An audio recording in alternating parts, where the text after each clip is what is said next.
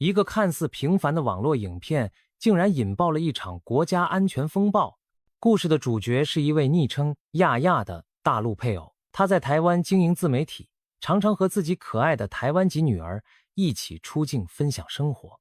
然而，他的视频内容却暗藏敏感火药，公开宣扬武力统一台湾等亲中政治主张。这位来自大陆湖南的刘振雅，凭借与台湾前配偶所生子女取得在台依亲居留，常年在 YouTube 和抖音发布影片，大谈两岸一家亲、中国一定要统一等言论。一时间，他从寻常妈妈摇身一变，成为舆论焦点，引发全民热议。事情是怎样闹大的呢？原来台湾知名 YouTuber 巴囧注意到亚亚的影片内容，愤而举报了他涉嫌鼓吹对台动武。台湾政府随即行动，内政部移民署认定亚亚的言论已经触碰法律红线，迅速废止了他的居留权，并限令他尽快离境。亚亚就这样成为台湾首位因发表统战言论被取消居留资格的大陆配偶。消息一出，社会哗然。支持者认为驱逐主张武统者是维护国家安全，反对者则质疑此举是否侵害言论自由。一场关于言论自由与国家安全界限的大辩论就此展开，街头巷尾热度持续飙升。被取消居留资格的亚亚没有束手就擒，他在社群奋力喊冤，声称自己主张的是和平统一而非战争，还召开记者会哭诉政策无情，骨肉将被拆散。然而法院2度驳回了他暂停遣返的请求，行政机关也态度坚决，毫不妥协。2025年3月25日上午，她在丈夫与支持者陪同下现身机场，准备离开台湾。而机场外，挺亚亚的人士和反对亚亚的人群同时集结，有人高喊滚出去，有人怒斥政府迫害，现场冲突一触即发。最终，亚亚在限期最后一日晚间飞离台湾。戏剧性的是，班机降落中国福州后，亚亚却神秘失踪了，行踪成谜，连亲友都联系不上。民间甚至传出种种阴谋论，有人猜测他早已换人顶替，偷偷留台，甚至怀疑他其实是受中共指派的卧底特工。真相如何不得而知，但这一出武统言论引发的驱逐风波显然并未因亚亚离境而平息。更有意思的是，亚亚事件爆发后不久，台湾移民署接连发现更多类似案例。另外2名在台大陆配偶也被揭露在社群上发表亲共言论，一人夸口台湾街头插满5星红旗，另一人赞扬解放军军演展示强大实力维护主权，这些人同样被迅速限令出境。一连串事件让台湾社会惊呼，难道在台岸中从事统战宣传的不止亚亚一个？亚亚事件看起来只是个导火索，更大的隐忧浮出水面。这背后是否有一张精心布局的中共渗透网络正在慢慢收紧？亚亚的故事像是一块投入湖心的石头，激起的涟漪远超预期。然而，这真的只是一个网红个人的出格举动吗？还是说，它不过是庞大冰山露出水面的一角？种种迹象显示，亚亚事件背后折射出的正是中共对台隐秘渗透的冰冷真相。也许亚亚本人未必是受命行事的特工，但他所作所为与中共长期对台统战策略不谋而合。所谓统战，全称统一战线，是中共自建政以来对付敌手的一大法宝。用通俗的话说，就是千方百计拉拢、分化、渗透、瓦解对方。从过去的地下间谍到如今的网红主播，这条渗透战线随着时代在不断进化。回顾历史，中共对台渗透从未间断，只是手法随着环境变化而调整。在白色恐怖年代，渗透意味着秘密党员潜伏台湾，广播电波隔海喊话，风险高而成效有限。1987年两岸开放交流后，中共立刻换了打法，把重心放在对台软攻势上。他们深知台湾社会开放多元，言论自由，这反而提供了绝佳土壤，可以把统战工作包装得如春风化雨般不着痕迹。没有硝烟，没有坦克，中共通过种种看似平常的文化交流、商业往来、媒体传播渠道，将影响力无孔不入地渗透进台湾日常生活中。许多台湾人可能每天刷着手机，看着电视，潜移默化中就接收了来自对岸的信息攻势，却全然不觉。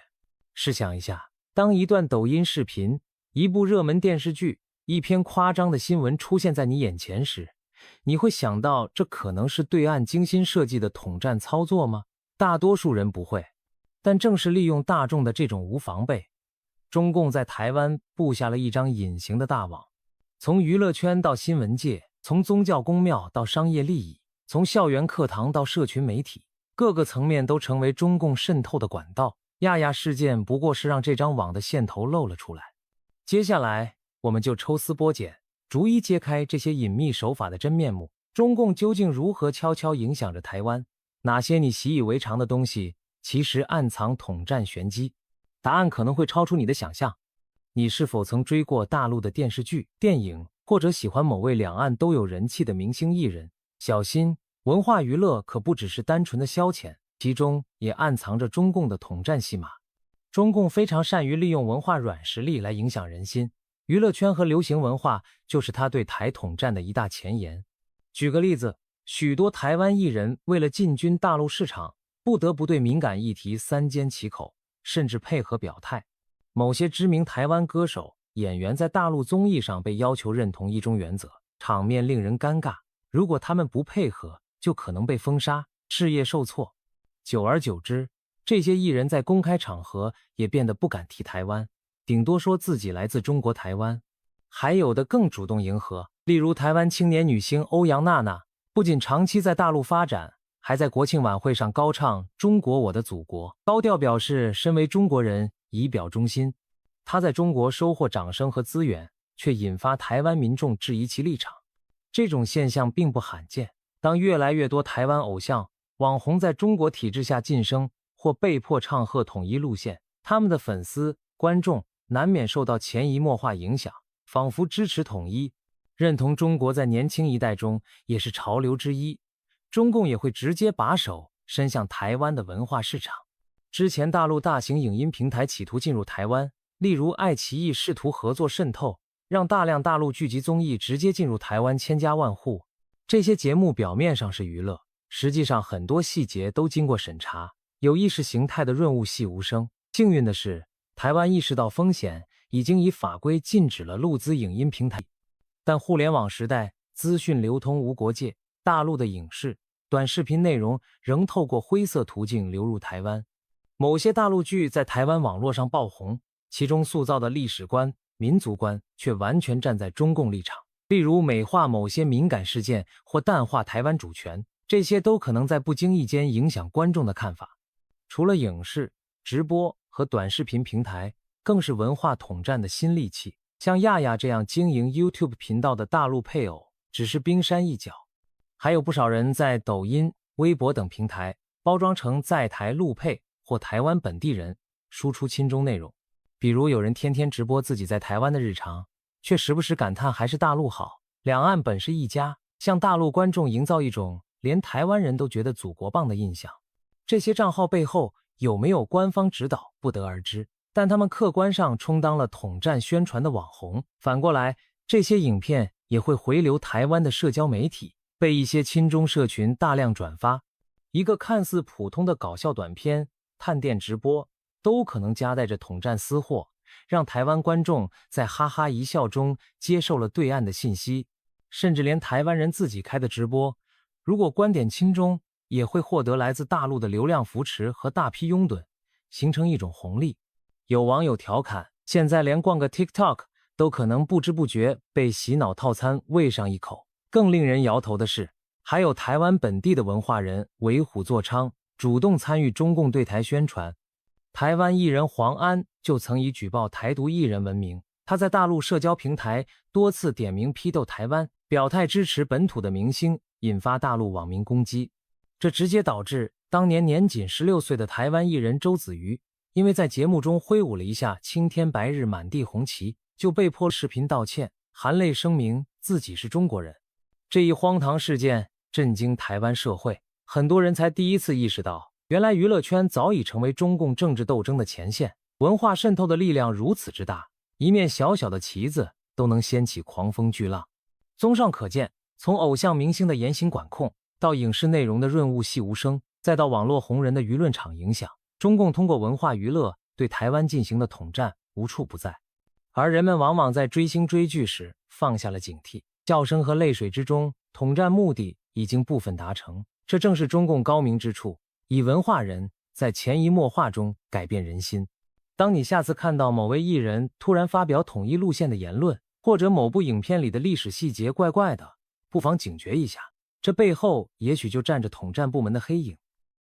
媒体是影响公众认知的利器，中共深谙对台湾媒体的渗透更是来势汹汹。你可能难以想象，每天早上摊开报纸，打开电视，其中某些新闻背后其实站着中共的推手。红色资本早已悄悄潜入台湾的部分媒体机构，企图让台湾的言论阵地染上一层红色滤镜。台湾有几家知名媒体频频被质疑立场亲中，其中一家报纸的老板甚至公开表示，统一后台湾会更好，其媒体集团在中国有巨额商业利益往来。这些经济纽带成为中共影响媒体的抓手，广告利益、投资入股、影子股东等等，都是中共惯用的渗透手段。表面上看，媒体仍是台湾人在办，但报道内容和论调却开始出现倾向，对北京有利的消息大肆渲染，对中共不利的新闻轻描淡写甚至封杀。反之，对于台湾本土、政府和社会，则时常挑剔放大负面，久而久之，观众不明就里，很可能就被这种润物细无声的选择性报道带偏立场。这就是红色资本收编媒体的可怕之处，它不需要官方审查命令，只需控制金流，就可以在新闻战场上扭转乾坤。除了资本运作，假新闻更是中共对台认知作战的杀手锏。在这个资讯爆炸的年代，谣言往往跑在真相前面。中共透过境外设立的内容农场、社交媒体、水军，源源不断制造并传播针对台湾的虚假资讯。例如选举期间，社群平台上突然冒出大量耸人听闻的消息，什么某某候选人密会中情局、执政党贪污10亿、投票机器作假等等。等事后证明是无稽之谈时，谣言早已满天飞，破坏了选民对民主程序的信任。再比如疫情时期，台湾网络上疯传所谓美国给的疫苗有毒，或者只有大陆疫苗可靠等讯息，与中共官方宣传不谋而合，目的就是削弱民众对政府的信心，动摇对国际伙伴的信赖。这些假消息很多都能追踪到大陆网军的身影。中共培养了庞大的网络评论员队伍，俗称五毛，他们伪装成普通网友，潜伏在台湾各大论坛、脸书社团、LINE 群组中，一有风吹草动就集体出击，发布大量引导舆论的贴文。有时候甚至不需要真人，中共还运用程式大量生成假账号，自动散布特定讯息，让不明真相的台湾网友看到大量相似帖文时，会误以为这是大多数人的看法。这种认知作战手法让谣言看起来像新闻，让极端主张看起来像共识，其对民主社会的杀伤力相当惊人。台湾社会对此不是没有察觉。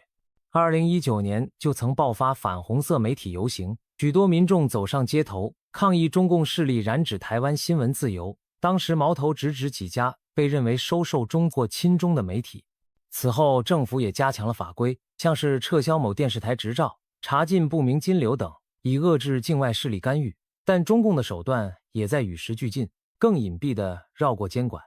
比如通过第三地转投资，或是赞助网络 KOL 发表亲中言论，而非直接控制媒体机构。媒体渗透的战场上，其实一直在上演一场真相与谣言的拉锯战。一边是台湾本土媒体和公民记者努力守护资讯透明，一边是中共透过金钱和科技手段大肆散播混淆视听的信息。对于普通民众来说，学会辨别讯息变得格外重要。看到惊悚新闻时，多问一句：这个来源可信吗？会不会是认知作战的一环？保持质疑精神，就是对抗媒体渗透最好的防护罩之一。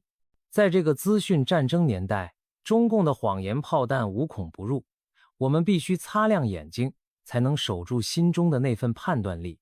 如果你以为中共的渗透只发生在大人物、大媒体身上，那就大错特错了。其实在台湾的基层社会，中共同样布下天罗地网，从地方、公庙、宗教团体到各式社团组织，都可能成为被渗透的目标。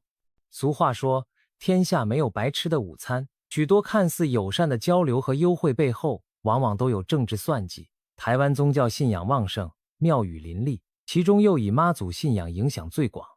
中共盯上了这一点，积极对台湾公庙下手，打着两岸宗教交流的旗号行统战之实。许多台湾庙宇管理者都有收到过来自大陆的殷勤邀请，邀请你赴福建湄洲岛妈祖祖庙进香，参加盛大庙会活动，所有食宿旅行费用全包，这样的好事谁不心动？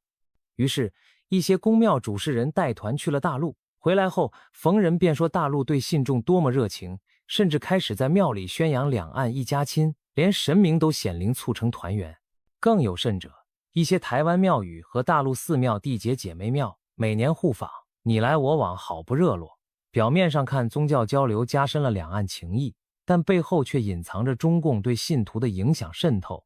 一旦这些公庙的负责人被笼络，他们在地方上就可能成为中共代言人，在选举时帮特定候选人动员，在社区里传播亲中论调。信徒们出于对神明和庙方的信任，往往也就跟着受影响。有人形容这是中共在台湾以神为饵，展开统战，连妈祖都被当成了对台工作的道具。不仅公庙，其他宗教和民间团体也面临类似渗透风险。例如，有些地方的宗教协会、同乡会、退休军公教团体会被安排与大陆对口交流联谊。交流途中，大陆方面盛情款待，给予各种便利，甚至红包奖品拿不停。这些赴陆参访的人回到台湾后，难免对中共心存感激，进而替他们说话。有的退休将领、退役将军受邀到大陆参加统战活动，在公开场合唱起我的祖国，宣称两岸同属中华民族。这些画面传回台湾，让人震惊又气愤。这些曾经的国军将领，如今竟站在中共旗帜下高呼统一口号。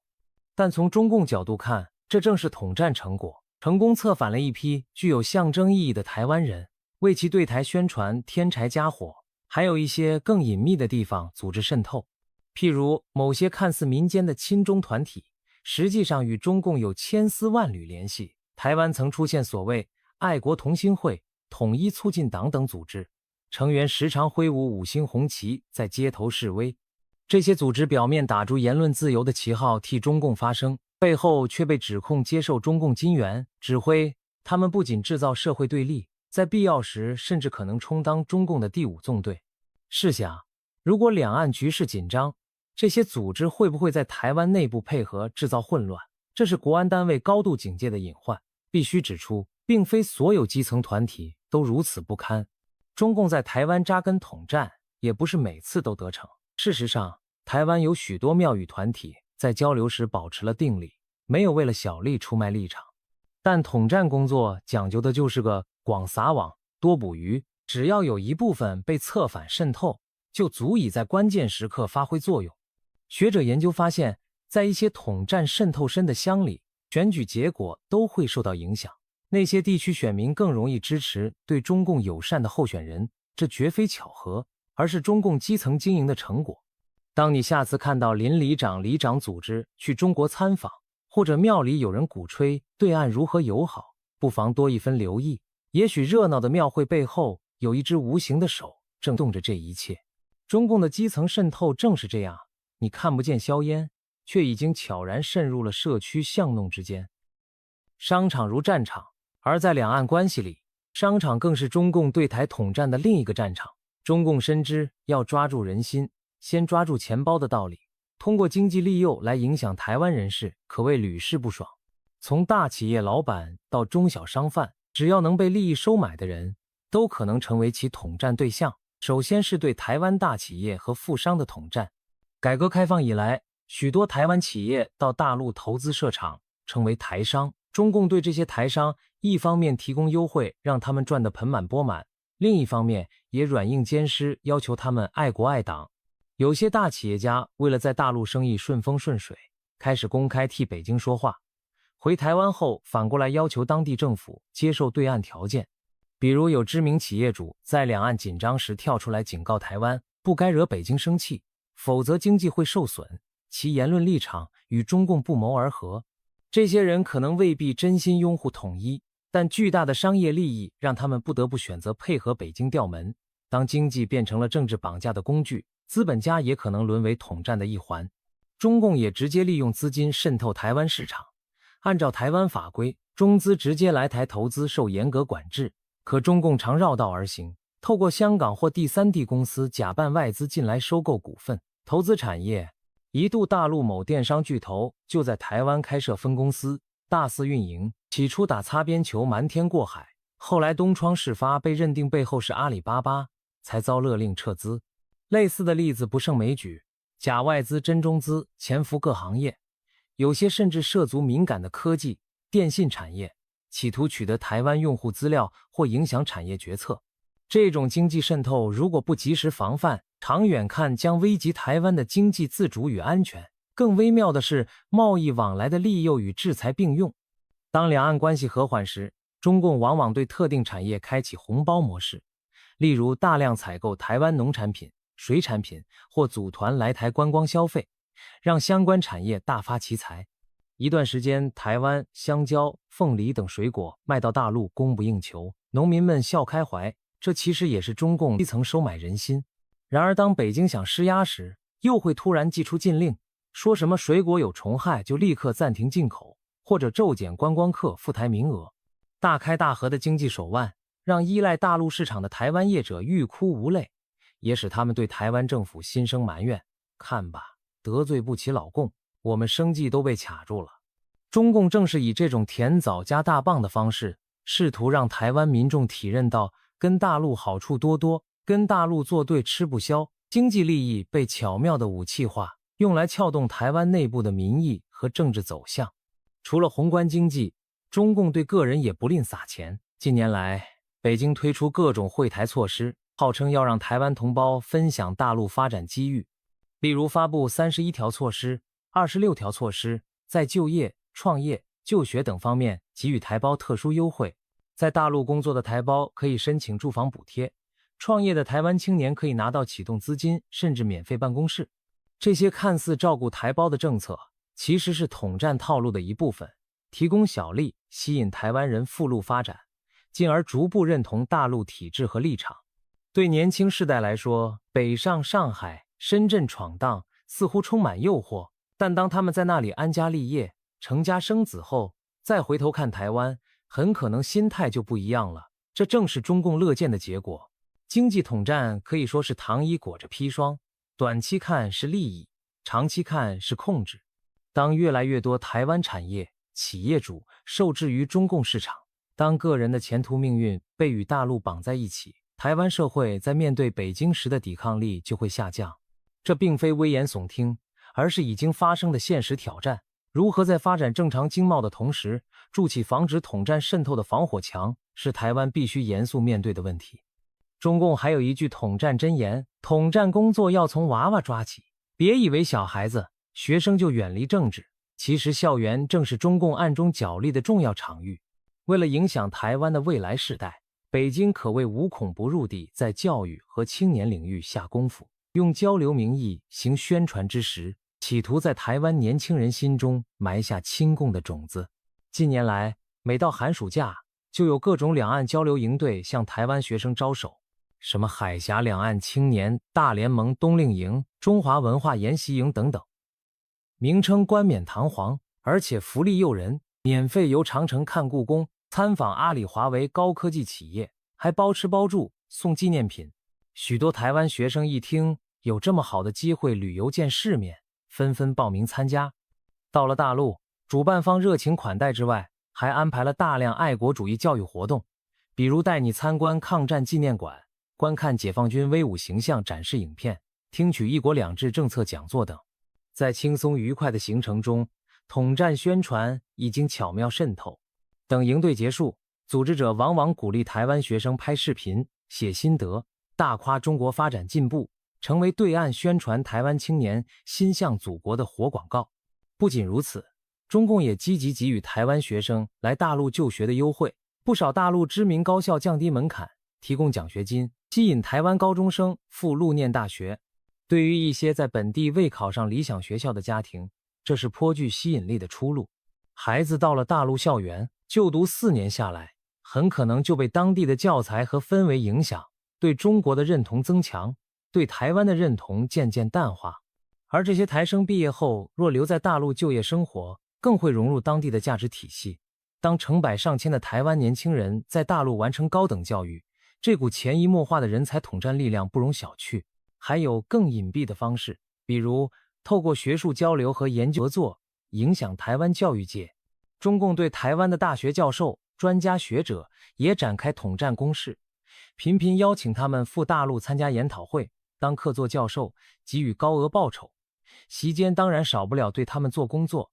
有的学者回来之后，言谈中就开始替北京论调缓颊，在课堂上也可能向学生淡化中共的威权统治，吹捧大陆经济成就。这些细微转变，学生未必察觉来源，但观点已在耳濡目染中发生偏移。甚至台湾中小学也传出过被统战渗透的案例，某些大陆背景人士捐资赞助学校活动，或提供教材试用，其中夹带统一意识宣传，被家长发现后引发争议。可见中共对于下一代的思想渗透真是无孔不入，无所不用其极。当然，并不是所有参加过交流的台湾青年都会改变立场，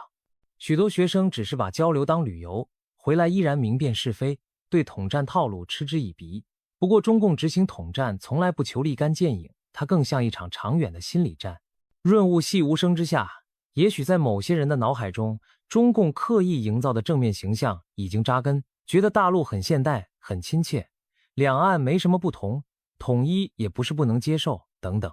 这些观念一旦形成，就可能影响他们未来在社会上的态度和选择。面对中共对年轻世代的渗透，台湾社会也逐渐提高警觉。教育部最近要求学校更审慎对待两岸交流项目，避免让学生掉进统战陷阱。一些民间团体也主动向青年宣导如何看穿免费游的政治意图。然而，中共在教育领域的统战手法依然花样翻新，不得不防。毕竟，青年就是国家的未来，谁能赢得青年，某种程度上就赢得了未来。在这场看不见硝烟的校园攻防战中，台湾必须守护好教室里的纯净空间，不让外来的意识形态黑手染指孩子们的心灵。从亚亚事件掀开的社会论战，到背后抽丝剥茧揭露出的层层统战手法，我们可以看到中共对台渗透的版图是何其庞大而隐蔽。文化、媒体、基层、经济、教育，各条战线环环相扣，共同织就一张企图包围台湾的红色大网。这样的隐秘攻势或许不如导弹军演那般轰动，却可能更长远地改变人心所向。正所谓润物细无声的力量最为可怕。也许有人会问，中共为何如此不遗余力地渗透台湾？答案不言而喻，他们的终极目标始终是将台湾纳入掌控，而武力只是最后手段。在此之前，若能用舆论先行、人心先降的方式瓦解台湾的抵抗意志，便可不战而屈人之兵。这就是统战渗透的战略意义所在。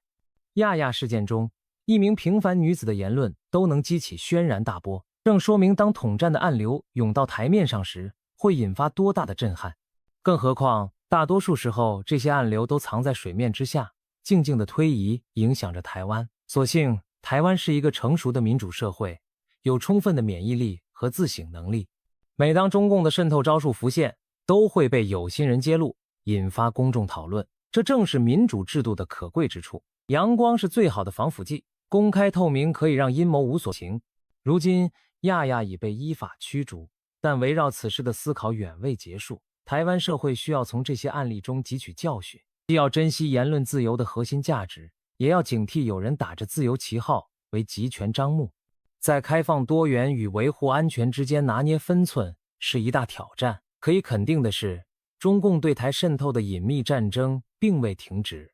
反而可能越来越复杂多变。面对这场长期斗法，台湾唯有提高全民的警觉性与媒介素养，坚定民主信念，才能筑起一道看不见但坚实的防线。毕竟，这片我们所热爱的土地，绝不能在不知不觉中让他人牵着鼻子走。亚亚事件给我们敲响了警钟，但警钟长鸣之下，更需要全民的清醒与守护。未来，每一个你我都是这场对抗渗透战役的参与者，认清统战套路，守护自由价值，让我们共同努力，不让隐秘的黑手主宰台来。